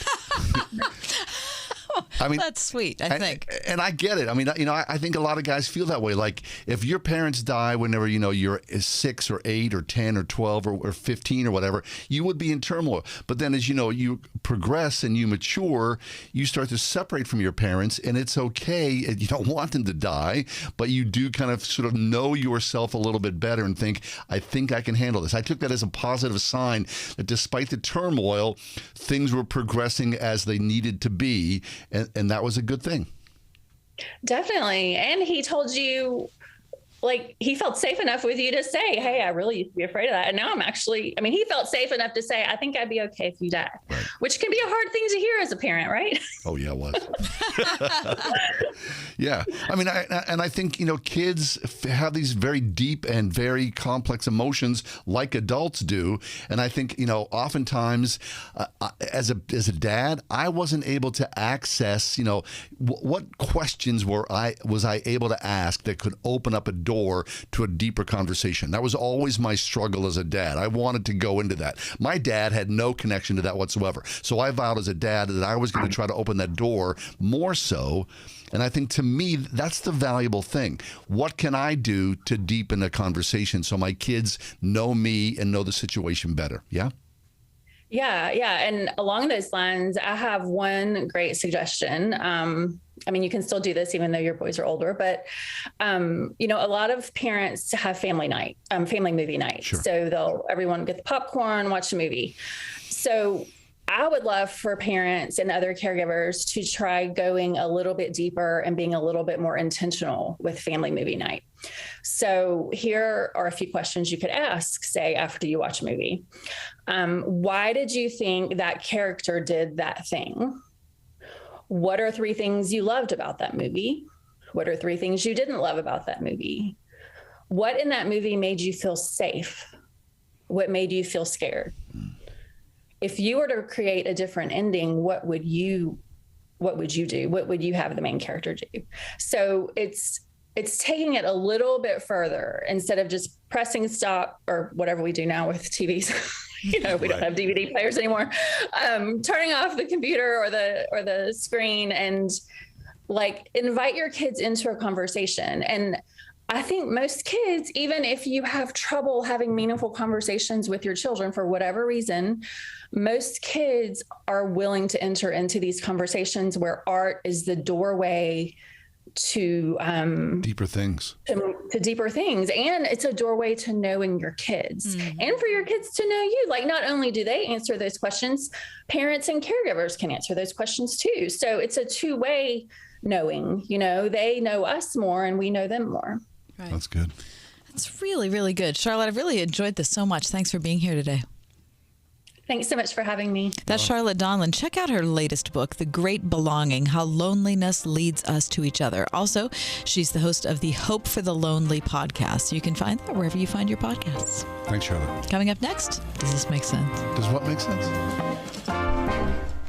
High school students are deep into the process now of choosing, hoping, applying where they are going to be as the fall semester gets underway at colleges across the country. And from your own experience, this may have been you, certainly it was us. You start to think, what do I want out of a school? How does this work? What am I willing to pay for? Where do I fit in? What exactly do I want to be? At Grove City College, they say that you can pursue your calling to be transformed because an excellent education is really just the start. And you can discover your unique calling at Grove City to become a leader of purpose and principle in a Christ-centered learning and living environment. That's Grove City. It is. And it's one of those things that you should look into if college is in your future next year. Maybe if you're a senior, as you said, John, or maybe you're a college student who's interested in transferring to another environment, looking for another set of professors, a new set of friends. It's worth it because Grove City is a small place, but it's academically rigorous. And the idea of pursuing Jesus while you're learning, while you're being encouraged to grow intellectually and academically, you can't beat it. Who are you? Well, Grove City College has the answers for you. Look online at gcc.edu. Grove City College. I've been teaching my sweet 86-year-old grandma how to use her Alexa. The other day, I'm over hanging out and I see Grandma about 4 inches from Alexa yelling, "Hey, Alexa, I'm making cookies. Tell me when it's 10 minutes. It's Ryan from United Faith Mortgage, and the reality is the mortgage world has changed from old school to new school as well. In the old days, you usually use somebody local, but today, you don't have to be local to be local. You don't have to set up an appointment to see me. You'll have my cell and you can text or call me anytime. The Stone Age paperwork of old is now, usually just some easy clicks. And if you're refinancing, in most cases, we'll just send a notary to your home for your closing. The level of attention that we bring will make us feel very local for you. We are United Faith Mortgage. And one other advantage? Read how our direct lender advantage can often save your family monthly and lifelong money at UnitedFaithMortgage.com. United Mortgage Corp, Melville, New York. MLS number 1330. Department of Banking. Mortgage Lender License number 22672.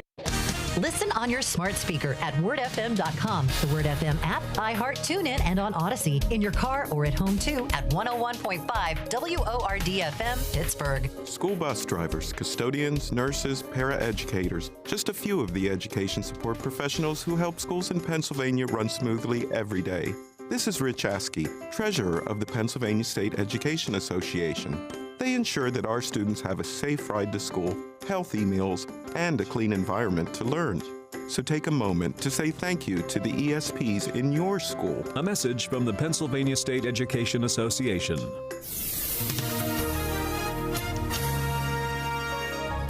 We'll see low clouds for tonight. It will be breezy and cold with a couple of snow showers. Limited outdoor activity is recommended. Expect a low of 12. Tomorrow, clouds will give way to some sunshine. It will be very cold. Wear extra layers if you're spending significant time outdoors. We'll see a high tomorrow of 24. Wednesday, times of clouds and sun and a high of 40. With your AccuWeather forecast, I'm forecaster Drew Shannon.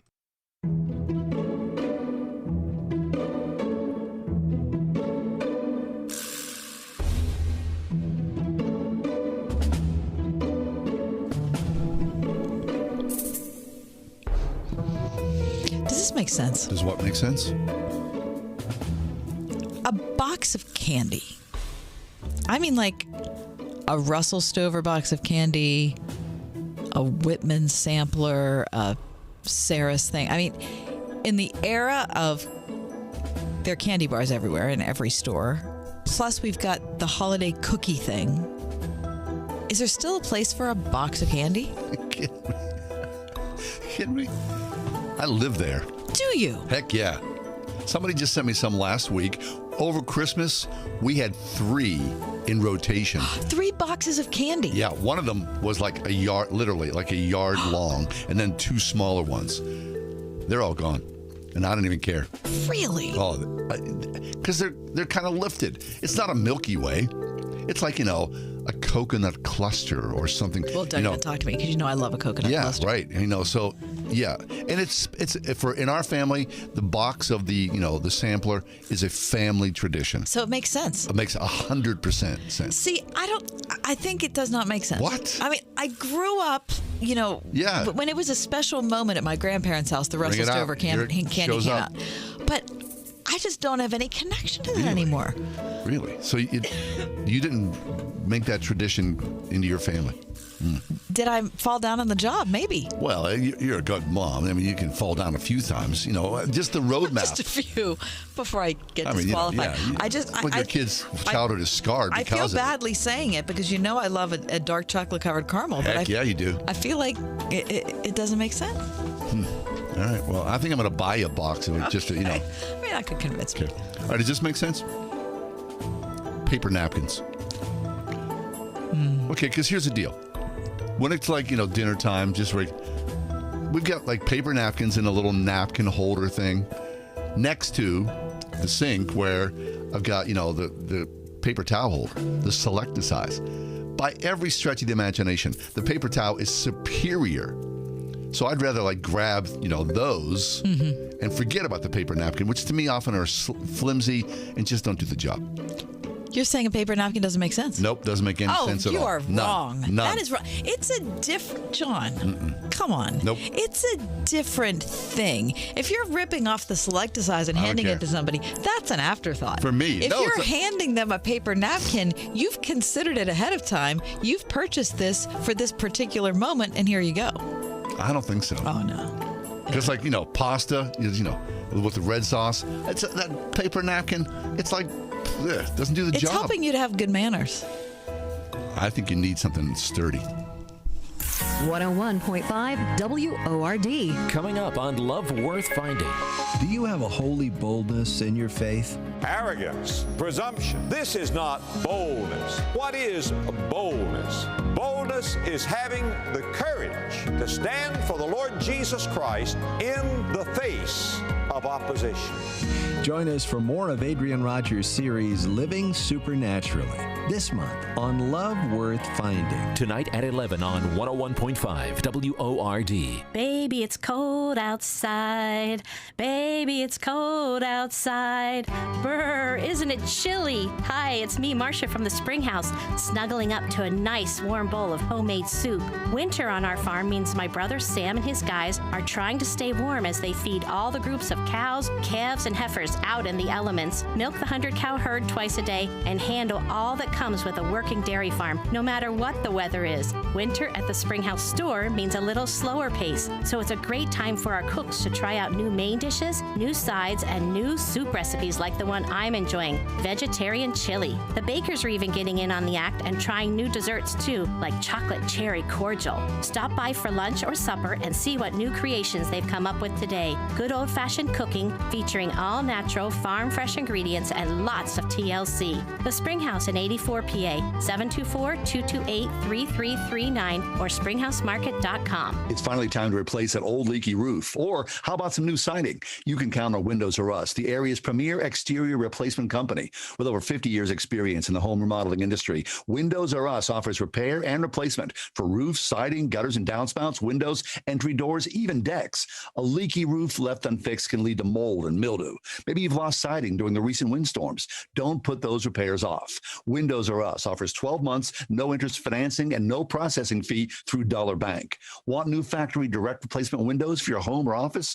Choose from 100% vinyl, commercial aluminum, wood, and composite. And how would you like to never clean your gutters again? For a limited time, get a free gutter filter with the purchase of complete siding and roof replacement, all with 12 months, no interest, no processing fee, and backed by the best warranty in the industry. Schedule your free estimate and inspection today at WindowsRUsPittsburgh.com. That is WindowsRUsPittsburgh.com.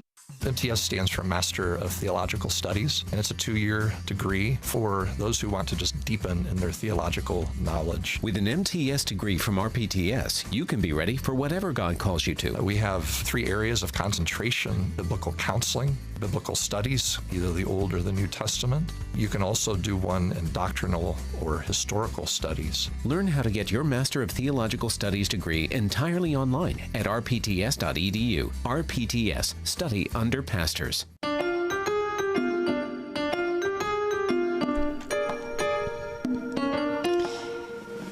The sell-by date on your product, whether it's milk, I'm thinking of things that you'd find in your refrigerator, your milk, your yogurt, you crazy people that eat cottage cheese, which is, but whatever.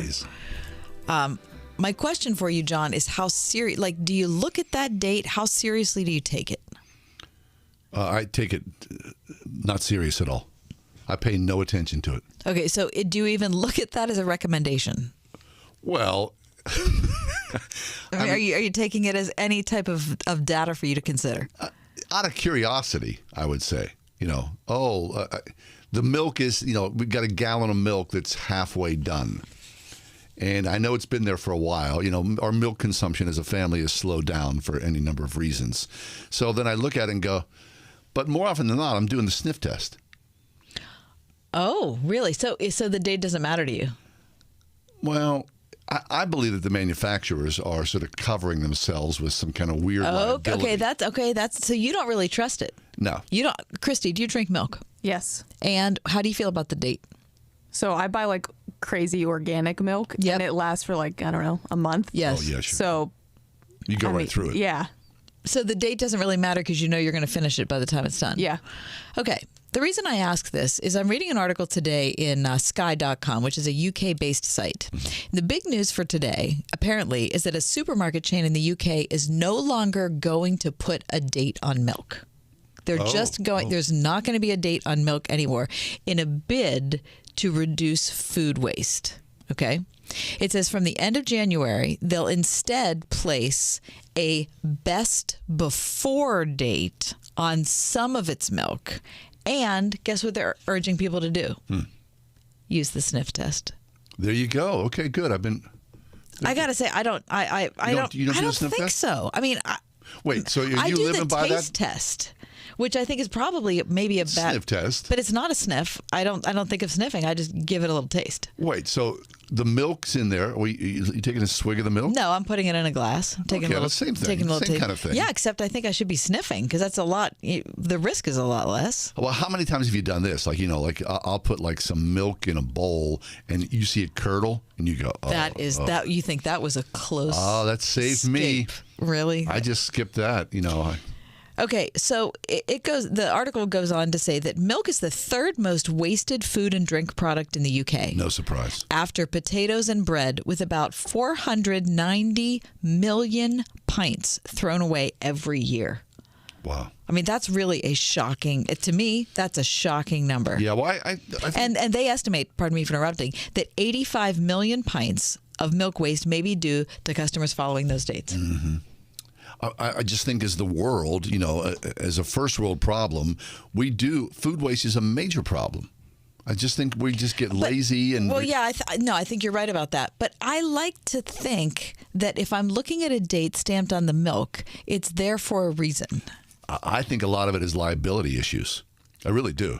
I think they're just protecting themselves. I don't know if that's true. Okay, so if this company, which is a gigantic company, is going to take the dates off, clearly they don't care about the liability anymore. I don't know if that's true or not. I mean, I'm sure that there have been cases of, people I've gotten ill from this curdled milk and so they're just trying to protect themselves. Okay, what about eggs? No, eggs. No, I'm going to eat an egg. You don't care about that, No. Christy. I've had eggs in my fridge for a month and I still eat them. Yeah. Okay, let me tell you this. True confessions. I was getting, you know, how around the holiday season, your refrigerator gets packed with stuff. Sure. Right? You know, because you have it's a lot. family and you're making a lot of things that you don't normally make. I went down to the basement refrigerator that John Hall picked out for me on Craigslist, which I've now had for at least 7 or 8 years. Excellent choice. Totally great. And as I was rummaging around, I put my 2 cartons of eggs on top of the refrigerator. Yeah. And then I forgot to put them back. For how many days? 12 hours. Oh, no big deal. I put them back in. I thought it's fine. fine. Because would you do that? Yes. I would do that. Okay, good. I felt good no about big it. deal. Yeah. Because I thought, I mean, look at it. You know, the chicken has the egg that's just sitting there for a long time anyway. a lot of right? people don't put eggs in the refrigerator. Right. Now, I don't know for how long you could do that. Right. Okay, now, I'm glad that you think I made the right choice. so food waste. Now, my wife, I've talked about this before. I'm not, telling secrets out of the marriage here. She is like committed to using, this must be like, the South Dakota farm girl in her. Like the other day, we had pork and sauerkraut, traditional sort of New Year's thing. There it is in the fridge.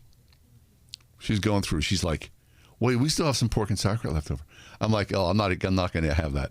She's like, what's today? Is today the 9th? Today is the 10th. Okay, so yesterday was the 9th. She's like, I'm sure it's still fine. I'm going to eat it. I'm like, I don't think so. That's pork. She's like, no. She ate it. She eats everything in there. She's hard pressed to throw in. So like the kids and I, we'll have like a meal. She's having like leftovers from 2 weeks ago because it's not. We're not throwing that out. Listen, my husband is exactly the same We're way. not, really. Oh, see, yes. They're the same people. Yes, we are definitely married to the same people, and I feel like I can't make myself be like that. Nor, and then here's the worst. She's having like, leftover meal from like 2 weeks ago, and I'm eating something good. Yes. It ruins my meal. Exactly. I can't tell you how many times I've said to my husband, "Hun, I'm not going to enjoy my dinner." And he's like, "What does that have to do with your dinner?" Because you're eating something from 1954, and I'm enjoying my like really good meal. So you're like bringing, like, here's me. It's all about me. You're bringing me down. Meanwhile, she may be on death's door, but you're bringing me down. I mean, what is wrong? But don't you ever feel like you need to bring them back from the precipice? No. Like I have said multiple times, not happening. you are going to make yourself sick. Don't eat that because Kath, I'm like you. We've been married over 25 years. You think you're going to change anything in your spouse at this point? Probably. If anything, with age, it just drills down even further. Seriously, my wife's going to be she'll be lying in bed dying, and she'll say, "You know that hot dog from 3 weeks ago? Could I eat that?" You're dying. And she'll go, like it matters. Right, she's not going to change anything. Yeah, she's just going to do that. No, I don't know. All right. Well, I got to. Okay, one last thing. In looking at this article in Sky News about milk, I was surprised that in labeling in the UK, it's not skim milk. It is skimmed. Skimmed? Mm-hmm. Yeah. So you can buy skimmed British milk or semi-skimmed British milk. What is the difference there? I would think it's 2% in skim. Huh. Is it like the curd? Doesn't say anything about curd. No, we don't want any curds in the milk. Curds and wheys. Yeah, cottage cheese is disgusting. It is disgusting. But anyway, that's all I wait, got Christy. I eat it. You eat cottage cheese? Yeah, come on. Oh, Christy. Cottage cheese. How about like when people like, I'm going to have cottage cheese and peach slices. Like that was a treat. No. You kidding me? It's a horrible look. It's a horrible taste. Eating cottage cheese is like you lost World War II. What do you do with that? I just put it in a little bowl and eat a cup of it. Do you put salt on it? Heck no. Just what do you put on it? Nothing. Doesn't your gag reflex kick in? No. Oh, for me, I'd be like, really? Yeah. I can't do that. Does it come in different varieties, like whole, like sour cream does? Where I it's think so, okay, It comes in bad and really bad. Is my guess. It doesn't. It looks awful, doesn't it? My dad, he would like Chris. He would eat that like at 3 a.m. My mom loved it with peaches. What is that about? Peaches, yeah.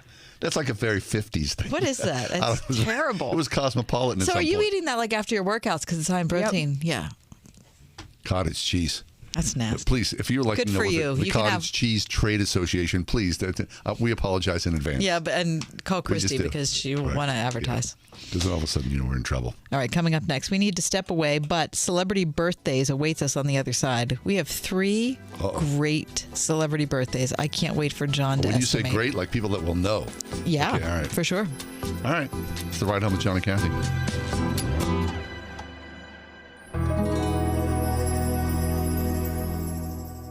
Your life, your hopes, and whatever you were searching for at 1:15 a.m. It's really none of our business, and it shouldn't be anyone else's. Protect your privacy online for free with DuckDuckGo. DuckDuckGo. Privacy simplified. If you're in the market for metal roofing, siding, and garage doors, Kaufman Metals in Bedford can meet your expectations with friendly professional service. Their equipment is right up to date with the newest technology and ready to produce your standard and customized metal panels and trims to your exact specifications for any project with the fastest turnaround in the industry. Plus, Kaufman Metals offers complete do-it-yourself building packages included with computer-generated drawings. Kaufman Metals also provide sales and service for CHI residential and commercial garage doors. They deliver any order, large or small, to any place with full service rollback trucks and trailers with a Moffett forklift to set building packages conveniently close to your project. And just so you know, they offer contractors discounts as well. Visit KaufmanMetals.com or call 814-623-6044 or stop in at 6146 Lincoln Highway, Bedford, PA.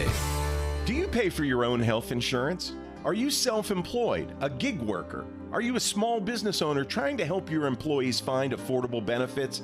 If so, listen up. My name is Tom Yakupin, and you can save 25 to 50% or more on your monthly premiums and have benefits with first dollar protection on many common outpatient services. That's right, no deductible, no co-payments. With many traditional health plans, you're functionally uninsured because of deductibles, co-pays, and other cost-sharing devices that benefit the insurance company, but not you. With New Era Health Plans, you can access doctors, hospitals, and urgent care facilities with our Freedom of Choice nationwide PPO network, including Washington Hospital, St. Clair, Allegheny General, and UPMC. Call me, Tom Yakupin, 724-228-7187, or visit us online at newerahealthplans.com. Do you have a loved one entering a nursing home? There's a lot at stake.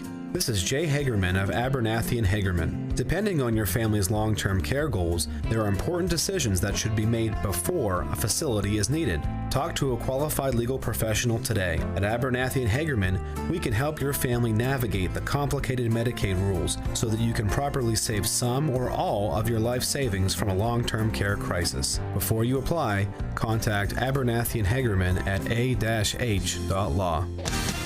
Ask Alexa to play the word Pittsburgh to hear us there. We're on your Google speaker too, plus iHeart, TuneIn, and on Odyssey. 101.5 WORD-FM, Pittsburgh.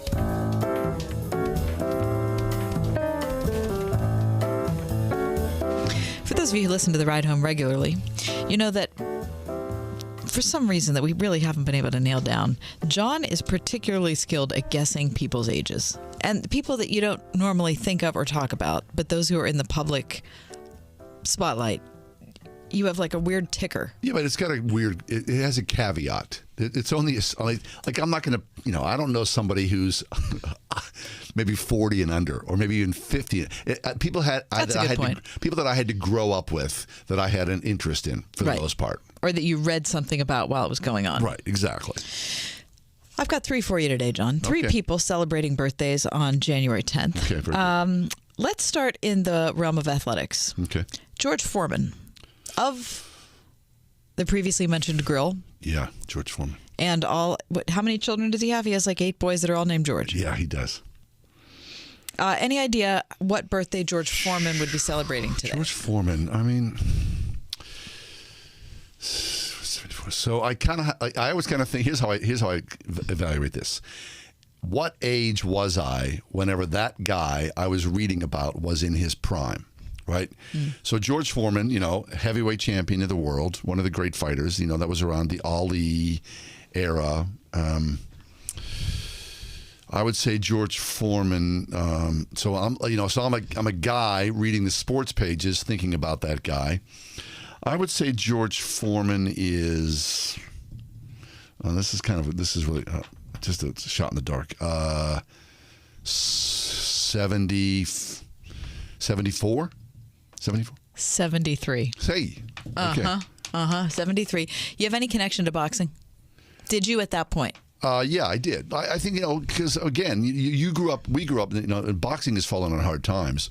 But as a kid growing up, I mean, Muhammad Ali was the face of boxing for many, many years. And, so you're interested in sports, you're interested in Ali. What an outsized personality. I loved Ali. Now, my brother didn't like Ali. He always kind of had a grudge. My brother was a Vietnam vet. My brother always kind of had a grudge against Ali, because Ali didn't want to go to Vietnam. Hey, I get that. I mean, so Ali was like, I don't have anything against the Vietnamese, so why am I going to go over there and get in a fight? I mean, it made sense to me. But my brother was always, so we always kind of had an argument about Ali and professional boxing in that frame. And Foreman in that circle of the Ali sort of wannabes. Yeah. Right? There's Ali, and then there's everybody else. Right. And George Foreman he was a weird personality, like they all were. Right? Come on. Okay, but here's the thing. When I was a kid, I hated boxing so much. I don't know. Is that because I'm a girl? I mean, I like football. I like hockey. Those are pretty brutal sports. But there's something about boxing. Like, I cannot watch that. Were you watching cage fighting? No. Same thing. Am I watching cage fighting? Well, that's the same kind of thing in a way. No, I'm not watching cage fighting. It's brutality. Are you watching cage fighting, Christy? I've done some freelance MMA work, like videoing it. So I've watched it. So that's in person. Mm-hmm. Does that freak you out? Like, is that crazy town to see that in person? Yeah, it's wild. That energy. Mm-hmm. That's why you go to see it. I mean, the energy. Right? It was the same way with boxing. Right. Exactly. Yeah. Okay. I'm going to switch to music. Okay. Rod Stewart. Today's Rod Stewart's birthday. If you want my body and you think I'm sexy, isn't that a come horrible on. song? Is that a horrible song? That's a terrible song. How about Maggie? Wake Up Maggie. I think I've got something that's another horrible song to say to you. I don't think I liked ever any of his songs. How about when Rod Stewart covered the Standards? Remember that? My mom loved Rod Stewart. He couldn't have known less about the Standards. Yeah, Those are unlistenable. That was a cash grab. Terrible. Rod Stewart, though, I mean, seriously, what a career. He's had major staying power. Yeah, and did you ever see his carpool karaoke with James Corden? Yeah. He's profoundly unfunny. Yeah. Anyway, it's okay. I mean, he's still got just a guy who's been around for a long time. Mm-hmm. He's had probably how many multiple number one songs? He's probably sold hundreds of millions of songs. Yeah, clearly I'm in the minority of people that don't like it. Yeah, I mean, so I can't say I'm a fan, but if I hear Maggie May on the radio, I'm going to turn it up. Are you really? Probably. No way. I mean, and I have to mock, do you think I'm sexy like everybody else? I mean, because he looks like a little chicken. Yeah. Rod Stewart's old. His birthday today is which one? You bringing it up might say, is it? If he's not, he is awfully close. So I would say he's probably not 80 because that would be like, that would throw the 60s, my timeline on the 60s kind of in. Rod Stewart's probably 78 or 79. 77. 77 for Rod. 77. And last but not least, Pat Benatar. Oh. Because love is a battlefield. I had a crush on Pat Benatar. Oh, okay. Come on. That woman. Hit me with the, I mean, she's... Love Pat. I mean, she married a guitar player. Did she? Yep. She's like the essence of the great female rockers of the age, right? She's still great. She is great. Pat Benatar, again, now it's a Rod Stewart kind of age thing. So I had a crush on her, so she had to be somewhere within my, like if I met Pat Benatar, clearly she'd want to date me. Yeah, I mean that was kind of, that's understood from the beginning. I would think that, Oh yeah, we hit it off, me and Pat Benatar. Hit me with your best shot, of course. Johnny, you guys have a lot in common. Hey Johnny, hit me with your best shot, of course, Pat, because I'm right over here. Pat Benatar, she's old though. She's probably 60. She's 68. She's 69. Okay. Wow, within a year of every one of them, Okay, John. good. That's impressive. Very good. Happy birthday to those three crazy Happy nuts. birthday to Pat Benatar, George Foreman, and Rod Stewart. Something was in the water on that day. I don't know what it was. It was something else. Hit me with your best shot. Do you think I'm sexy? And, right? George Foreman. Holy smokes. George Anyway, Foreman has 12 kids. 12 kids. How many named George? Probably. All 7 boys. Oh, my Something like that. You know why? Because he said he wanted everyone to know whose they were. The Ride Home with John and Kathy, a production of Salem Media Group. This is Hugh Hewitt for townhall.com. Buckle up for 2022. The year in politics is going to be rough. The midterm election year seems predestined to banish the Democratic majorities in both houses of Congress. The country senses infirmity in President Biden, and many worry that our adversaries in China, Russia, and Iran sense that opening too. The shadow campaign for the GOP nomination in 2024 opens now, with the clear frontrunner being former President Donald Trump. The ranks of the top tier among possible GOP presidential nominees in alphabetical order starts with 2 senators, Arkansas's Tom Cotton and Ted Cruz of Texas. Then we have the populist Florida Governor Ron DeSantis, the former Secretary of State Mike Pompeo, and South Carolina Senator Tim Scott.